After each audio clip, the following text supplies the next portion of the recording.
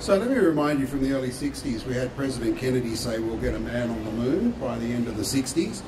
Enormous focus, vision and goal, and it was achieved. Andrew, how do we get those elements of focus, vision and goal across to the public and the politicians? Look, yeah, the same, about a few years later we had President Nixon declaring war on cancer and seeing a world where cancer was wiped out before the turn of the century, and that didn't happen. And I think you can make a commitment if you know that you have the technology to deliver. I think in Nixon's era we didn't really understand cancer. It's a very different time now. We have an enormous amount of information about the nature of cancer, the biological events that go to causing cancer, and the way cancers and cancer cells can be manipulated by drugs and other treatments.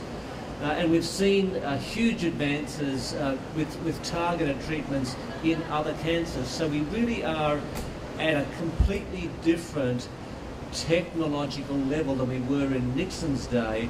And I do think we can begin to say that we can see a time when cancer will be a readily treatable, potentially a chronically treatable disease, but one where we really can save lives. And personally, I think that's the only way to go in brain cancer. I think we are still so far away from understanding why brain cancer develops in the majority of cases, and we have no way really of readily detecting it early. We really have to focus all our minds on a cure, and the technology is there and the platforms are there. The other thing I'd say is that while brain cancer is underfunded, that is in a way also an opportunity, because when you're at the bottom of the investment and return curve, you can make some very good advances quite quickly.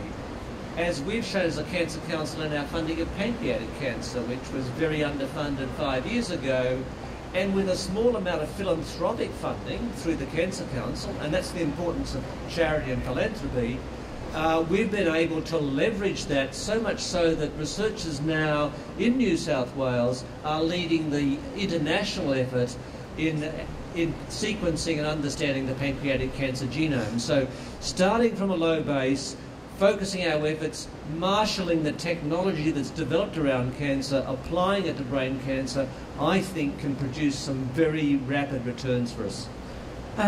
Just on the back end of that, please, Andrew, when you mentioned philanthropic support, I've got some figures here that I was interested to see last night. That is, the average donation by an Australian is $77 to medical research and health.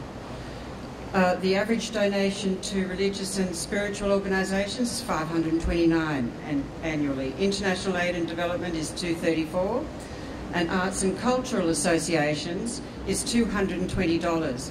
I mean, I guess what I see us in is a state of transition where, in not just brain cancer, but in terms of how we value those reciprocal relationships, philanthropic donations, and the way we move forward. We all are starting to become part of a larger family, and I think rather than criticise us, I think it's a good start we've made. The Americans do it wonderfully well, and we're on the way too, and there are some great donors around this country too, but it's quite enlightening to see that as individuals, on average, it's $77 a head, which doesn't seem to be a huge amount, but we'll work on it. But I think the benefit you see, I think people need to see, and we need to tell stories of what their money has bought. And I think the example of pancreatic cancer is a good one. But also, you know, we've been funding brain cancer research with some platform investments over the last few years through a national consortium.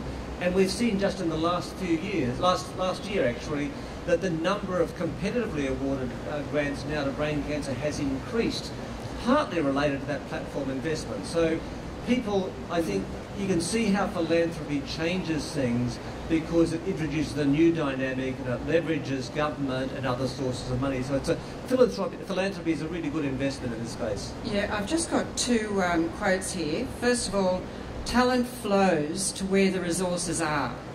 And that can be applied to a sporting individual who seeks to stay in Australia rather than go overseas, and it can apply to fellowships or attracting research fellowships to this country too. I think probably for too long we haven't been so closely connected with the international community, but that's changing. Charlie's changing that. I can only speak about a personal connection with brain cancer and a son who has put himself out to raise awareness of it, and that's what we are really here to do today, because brain cancer is a really hidden disease. I don't like to call it that, but that's in fact what it is. So I just have to say thank you to Charlie, because he helped him live life the way Julian wanted to live. Nobody else was stepping up.